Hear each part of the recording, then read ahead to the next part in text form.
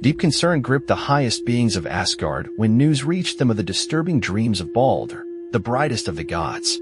Confusion and a premonition of disaster hung heavy in the majestic halls, and soon all gathered for an emergency meeting to discern the true meaning of these prophetic visions, for everyone understood that such omens could not be empty. Amidst the tense discussion, punctuated only by worried whispers, Odin, the All-Father, rose, and his voice rang out with authority and resolve, dispelling doubts. I myself will embark on this perilous journey and return, bearing the solution to the mystery of Baldur's dreams. His words were not merely a promise but an unwavering assertion of will, foretelling an inevitable and fateful path he was destined to tread alone. Without delay, the All-Father mounted his loyal steed, a mighty horse whose hooves carried him through worlds. He departed shining Asgard, leaving behind its golden spires and bright expanses, and headed into the grim depths of the underworld, to the domain of Hell. It was a journey into the unknown, into the realm of the dead, a path fraught with dangers and trials that could lead to anything. His route lay through the immense branches of the World Tree, Yggdrasil, and the deeper he plunged, the darker the surrounding landscape became. Finally, at the very gates of the mortal realm, he was met by a formidable guardian, Hell's Hound, a monstrous beast whose chest was thickly covered with clotted blood, and whose gaze burned with ominous fire. With a hoarse, guttural growl, escalating into a deafening bark, it announced Odin's arrival, as if attempting to halt the uninvited guest. Yet, the Lord of Runes, undaunted and paying no heed to the Hellhound's furious warning, continued his journey, steadfastly advancing towards the tall and somber gates of Hell's abode, where answers awaited him that could alter the fate of all existence. Odin, the mighty All-High, once encountered a witch's grave on his path and, dismounting his horse, immediately uttered a powerful spell. The force of his sorcery was so great that the witch's dead body was compelled to rise from the earth. The goddess of the underworld, emerging from her grave, addressed him with a question. Who is this unknown man who has brought me back to such a hated life? In response, Odin revealed his identity and posed his own questions. Whose arrival do these benches, strewn with fresh straw, await? And why is the entire floor covered with gleaming gold? The witch, without hesitation, replied, Meat is brewed especially for Baldur's arrival. A shield lies over fresh ale, ready for feasting. All the gods are in suspense, awaiting this event. I have been made to speak, and now I return to silence. A typical description of the afterlife in Norse mythology involves the mythical realm of Hell. This realm is mentioned in many Old Norse sources but is particularly known for its association with Baldur in the Poetic Edda. In the poem Baldur's Draumur, Odin rides his eight-legged horse Sleipnir in search of a resurrected Volva, or seeress, who dwells in Hell. In an attempt to find meaning in Baldur's dreams, Odin penetrates the underworld and awakens the Volva. The figure he awakens is the goddess Hel herself, personifying the realm in which she lives. The Icelandic historian Snorri Sturluson describes her in his 13th century prose Edda as half black and half white. He indicates that Hel is the daughter of Loki and, therefore, the sister of the world serpent and the wolf Fenrir. In Norse mythology, Hell is presented not as a place of punishment, but rather as a simple dwelling for all the deceased. Those who succumb to illness or old age end up in this underworld. The drowned belong to the sea goddess Ran, while those who died in battle remain with Odin. Hell is described by Snorri as a damp and cold place. It is located somewhere in the north, near Jotunheim, the realm of the giants. As in other pre-Christian cultures, the underworld of Hell is associated with water. The prose Edda mentions the river Joel and a bridge that must be used to cross it.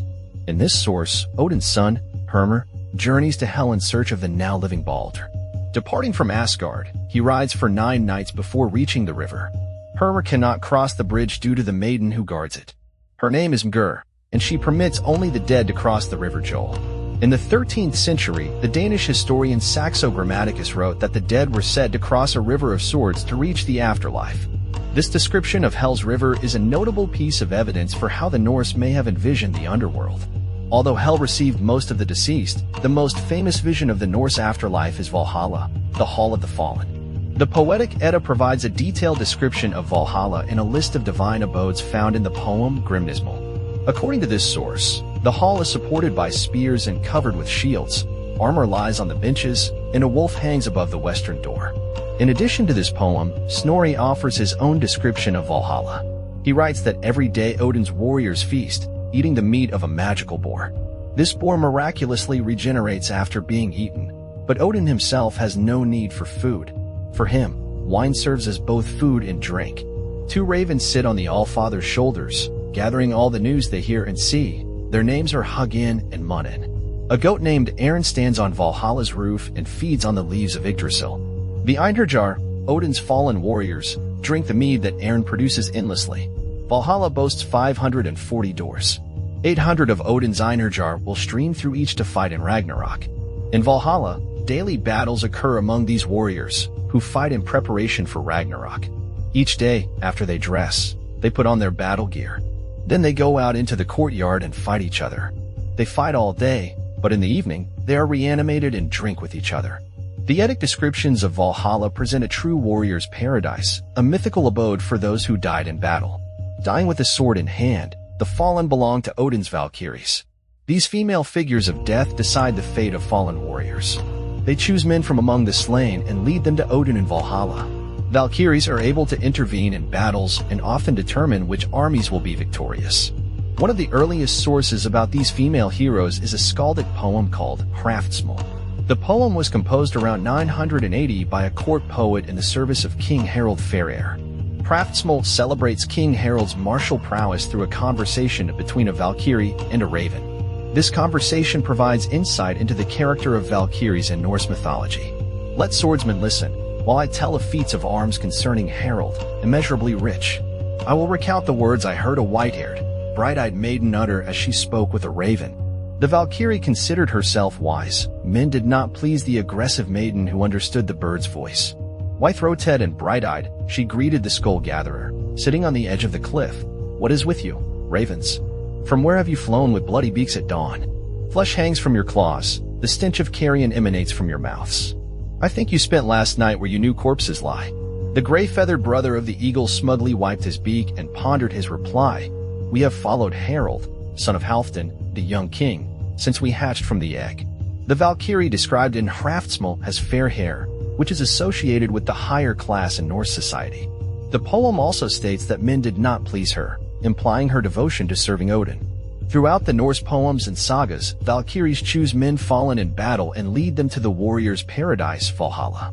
Those who meet a less heroic fate spend their afterlife in the underworld of Hel, the realm where Odin journeyed for wisdom about Baldur. Hel and Valhalla are the primary visions of the Norse afterlife. However, they are by no means the only realms where one could reside after death. The Norse afterlife is complex, and the sources reflect the beliefs of many different places and times. The surviving stories of the Norse afterlife have carried the beliefs of medieval Scandinavia through a mythical universe to Valhalla.